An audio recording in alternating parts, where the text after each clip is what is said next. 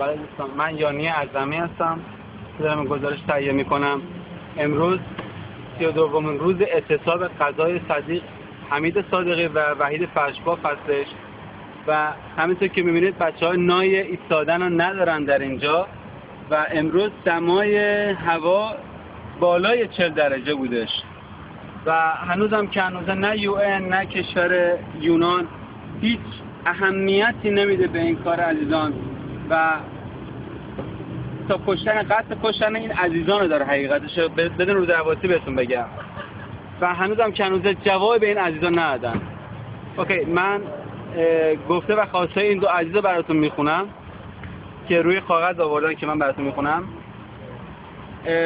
با درود به انسان دوستان و سازمان‌های حمایت از حقوق بشر، امروز 32 روز است که از اعتصاب قضای ما در برابر کمیساری عالی پناهندگان سازمان ملل می‌گذرد و 26 روز است که بنده حمید صادقی در برابر قانون‌شکنی‌های سازمان‌های پناهندگی یونان یعنی یونان و GCR و پلیس امیگریشن و وزارت کشور یونان لب‌های خود را به نشانه اعتراض دوختم تا سازمان‌های جهانی حقوق بشر و وجدان‌های بیدار به سکوت پر از شکایت ما پاسخ دهند و با اینکه چندین کشور اروپایی نسبت به قانون‌شکنی‌های کشور یونان و سازمان‌های پناهندگی در این کشور اعتراض کردند، ولی متاسفانه این سازمان‌ها هیچ اقدام مثبتی نیز به پناهندگان ما انجام ندادند و رئیس سازمان یونان هر دفعه در بیانیه‌های خبر از تصویب شدن قانون جدید برای پناهندگان در آینده نزدیک را وعده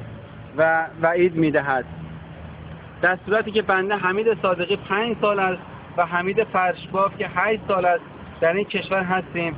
این سازمان‌ها هیچ گونه مصاحبه‌ای با ما انجام ندادند، اینترویو نشده ایم و هر بار مراجعه ما با این ادارات در جواب درخواست رسیدگی پرونده‌هامان از تصویب شدن قانون جدید در آینده نزدیک وعده دادند.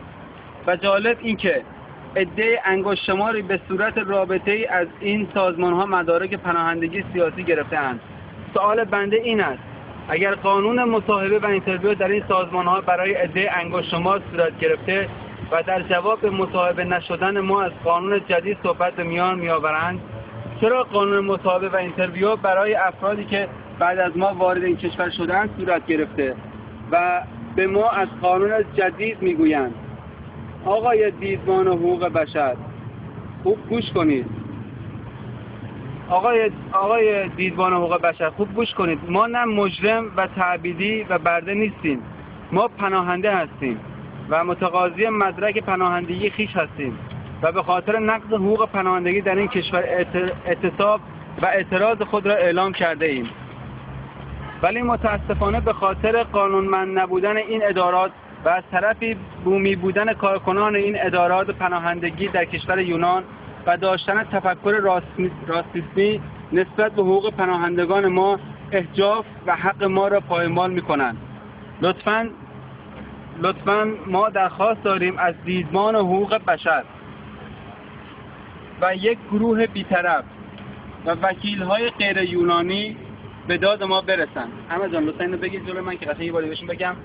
لطفاً ما درخواست داریم از دیدبان حقوق بشر و یک گروه بی‌طرف و وکیل‌های غیر یونانی به داد ما برسند. خوب گوش کنید. هر روز ما ضعیف‌تر و سلامت جسمانی در خطر بیشتر قرار می‌گیرد و در حال مرگ تدریجی هستیم. به داد ما برسید. از وجدان‌های بیدار بشری تقاضای کمک داریم. ما نباید تاوان بیقانونی یک کشور را بپردازیم.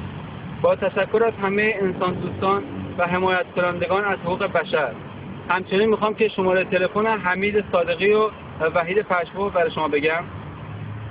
مال حمید صادقی هست 230 69 48 43 95 03 و همچنین شماره تلفن وحید فرشباف 230 69 46 27 25 95